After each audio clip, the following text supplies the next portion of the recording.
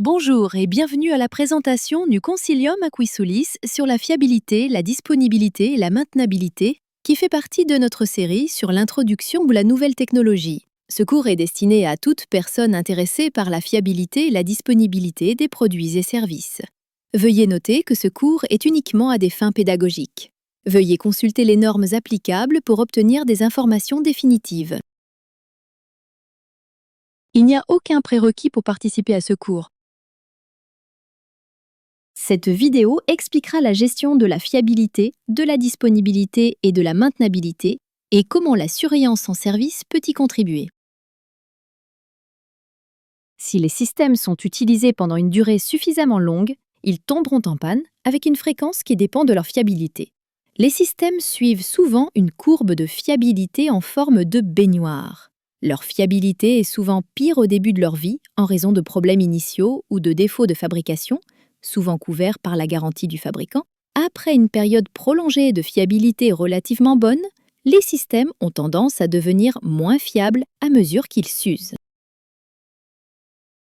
Les conséquences des défaillances peuvent varier considérablement. Certaines peuvent n'avoir aucun effet sur le service opérationnel, d'autres peuvent dégrader une ou plusieurs fonctions du système, d'autres encore peuvent empêcher complètement le système de fonctionner. L'identification des modes de défaillance potentiels et des conséquences de ces défaillances est un élément clé de l'analyse de fiabilité. L'AMDEC identifie les modes de défaillance potentiels, analyse leur probabilité d'occurrence et évalue la gravité de leurs effets de manière systématique. Comme la gestion de la sécurité, l'AMDEC commence par définir clairement le système analysé. Le concept de disponibilité est étroitement lié à la fiabilité. La proportion de temps pendant lequel le système est disponible pour une utilisation s'il est prévu pour un fonctionnement continu, la probabilité que le système fonctionne, lorsque cela est nécessaire, s'il est prévu pour un fonctionnement intermittent. Un système peu fiable n'a pas nécessairement une faible disponibilité, car les défaillances peuvent ne pas affecter le service opérationnel. La disponibilité peut être beaucoup améliorée grâce à la redondance. Prenons le cas d'une entreprise qui fonctionne avec un seul ordinateur. Cet ordinateur représente un point de défaillance unique pour l'entreprise. Si l'entreprise investit dans un deuxième ordinateur qui est normalement redondant, sa disponibilité s'améliore car il peut continuer à fonctionner si un ordinateur tombe en panne. Dans l'exemple précédent, l'entreprise avec deux ordinateurs avait une plus grande disponibilité que l'entreprise avec un seul ordinateur. Cependant, l'entreprise avec un seul ordinateur avait une plus grande fiabilité car elle a moins d'équipements susceptibles de tomber en panne. Il existe donc un compromis naturel entre fiabilité et disponibilité. La FTA peut être utilisée en complément de l'AMDEC pour quantifier l'impact de la redondance. Les points de défaillance uniques se regroupent dans des portes où la défaillance de l'un d'entre eux entraîne une défaillance de niveau supérieur. Les équipements redondants se regroupent dans des portes et il ne peut y avoir de défaillance de niveau supérieur que si tous les éléments tombent en panne. Lors de la quantification des taux de défaillance dans les systèmes redondants, il est important de prendre en compte les défaillances de cause commune.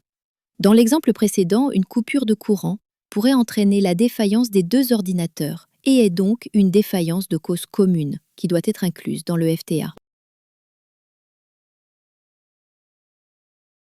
Entre la redondance et les points de défaillance uniques, il y a la dégradation progressive.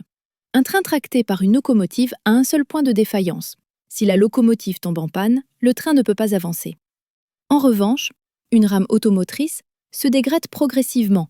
Si un moteur tombe en panne, la rame peut continuer à fonctionner avec une dégradation mineure.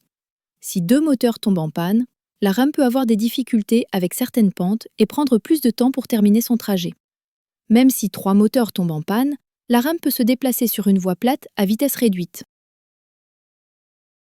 Les résultats de défaillance supposés dans les AMDEC et les FTA dépendent généralement de la réalisation de certaines activités de maintenance. Une maintenance inadéquate ou inappropriée peut augmenter le risque de défaillance. La maintenabilité est donc étroitement liée à la fiabilité. L'étude de la maintenabilité prend en compte les tâches de maintenance qui doivent être effectuées, la fréquence à laquelle elles sont nécessaires, les outils associés et les exigences de compétences, l'accès aux équipements pour la maintenance, la conservation des pièces de rechange et les contrats de maintenance. La Reliability Centered Maintenance est une approche structurée du développement de régimes de maintenance. Elle vise à obtenir une maintenance rentable en ciblant les activités de maintenance les plus nécessaires pour garantir la sécurité et la fiabilité. Les modes de défaillance les plus susceptibles d'avoir un impact négatif sur la sécurité ou la fiabilité font l'objet des efforts de maintenance proactifs. Lorsque l'impact d'un mode de défaillance est minime, des approches plus réactives peuvent être utilisées. La maintenabilité a un effet direct sur la disponibilité. Plus il faut de temps pour réparer une défaillance, plus un système sera hors service pour chaque défaillance dans le cas d'un point de défaillance unique ou en cas de redondance, plus la probabilité est grande si un deuxième actif tombe en panne avant que le premier ne soit réparé, entraînant une défaillance affectant le service.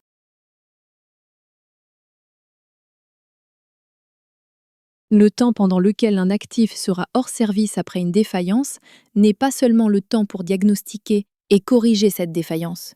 Un temps supplémentaire, souvent beaucoup plus long, est nécessaire pour amener l'équipe de maintenance sur l'actif. Pour les actifs de plus grande taille, il s'agit du temps nécessaire pour se rendre sur le site où se trouve l'actif et y accéder. Pour les actifs de plus petite taille, il s'agit du temps nécessaire pour transporter l'actif au centre de maintenance. L'emplacement des équipes de maintenance par rapport aux actifs et leur horaire de travail peuvent donc avoir une forte influence sur le temps total de réparation. Un élément clé de tout programme de maintenance consiste à signaler et à analyser les défaillances et les mesures correctives prises pour y remédier. Ces informations peuvent être utiles pour améliorer la compréhension des défaillances et comment les réparer, et même de les prévoir ou de les prévenir. FRACA peut ainsi favoriser la croissance de la fiabilité après la mise en service opérationnelle d'un système.